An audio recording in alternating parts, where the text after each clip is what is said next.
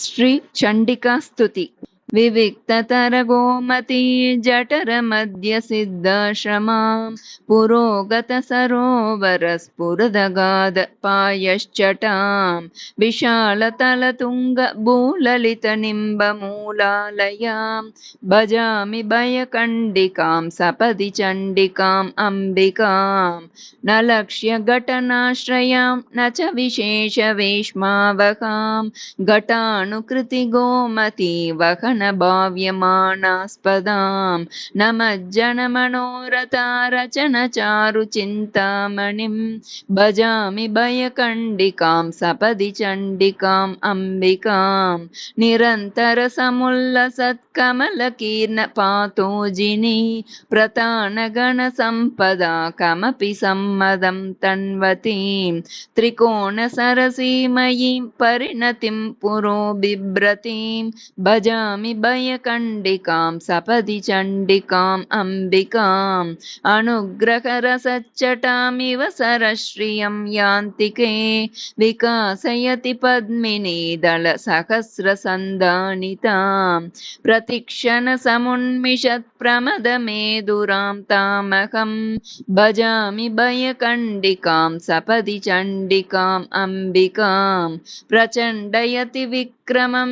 झटिति खण्डयत्यापदक सुमण्डयति वाक्कलां सदसि दण्डयत्युद्धतान् करण्डयति रोदसी गुणसमृद्धिभिर्याहितां भजामि भयकण्डिकां सपदि चण्डिकाम् अम्बिकां श्रुताभिलषिता मता सुकलिता समभ्यर्चिता सुधा पृषतवर्षिभिर्नवनवैर्वचोभिस्तुता जयाय खलु कल्पते बहुविधा धृता तामहं भजामि भयकण्डिकां सपदि चण्डिकाम् अम्बिकाम् इतस्तत उदित्वरव्रतति नद्द वृक्षावली लुलद्विहगमण्डली मधुररावसंसेवितां स्खलत्कुसुमसौरभप्रसरपूर्यमानाश्रमां भजामि भयकण्डिकां सपदि चण्डिकाम् अम्बिकां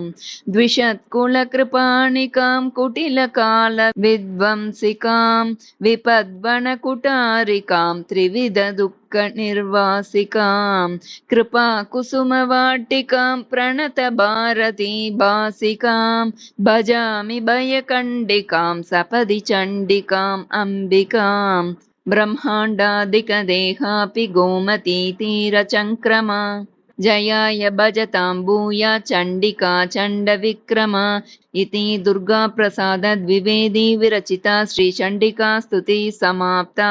श्रीगुरुभ्यो नमः। दुर्गा अष्टकम्। कात्यायनि महामाये खड्गबाणधनुर्धरे खड्गधारिणि चण्डी श्री दुर्गा देवी नमोऽस्तुते। वसुदेवसुते काली वासुदेव सहोदरी वसुन्धरा श्रिये नन्दे दुर्गा देवी नमोऽस्तुते। योगनिद्रे महानिद्रे योगमाये महेश्वरी योगसिद्धिकरी शुद्धे दुर्गा देवी नमोऽस्तुते। शङ्खचक्रगदापाणि शार्ङ्गज्यायत बाहवे पीताम्बरधरे धन्ये दुर्गा देवी नमोऽस्तुते। ऋग्यजुस्सामाथर्वाणश्चतुस्सामन्तलोकिनी ब्रह्मस्वरूपिणी ब्राह्मी दुर्गा देवी नमोऽस्तुते। वृष्णीनां कुलसम्भूते विष्णुनाथ सहोदरी वृष्णिरूपधरे धन्ये दुर्गा देवी नमोऽस्तुते। सर्वज्ञे सर्वगे सर्वे सर्वेशे सर्वसाक्षिणी सर्वामृतजटाभारे दुर्गा देवी नमोऽस्तुते। अष्टबाहुमहासत्त्वे अष्टमी नवमी प्रिये अट्टहासप्रिये भद्रे दुर्गा देवी नमोऽस्तुते। दुर्गाष्टकमिदं पुण्यं भक्तितो यः पठेन्नरः सर्वकाममवाप्नोति दुर्गालोकं स गच्छति इति श्रीदुर्गाष्टकं सम्पूर्णं। श्रीगुरुभ्यो नमः।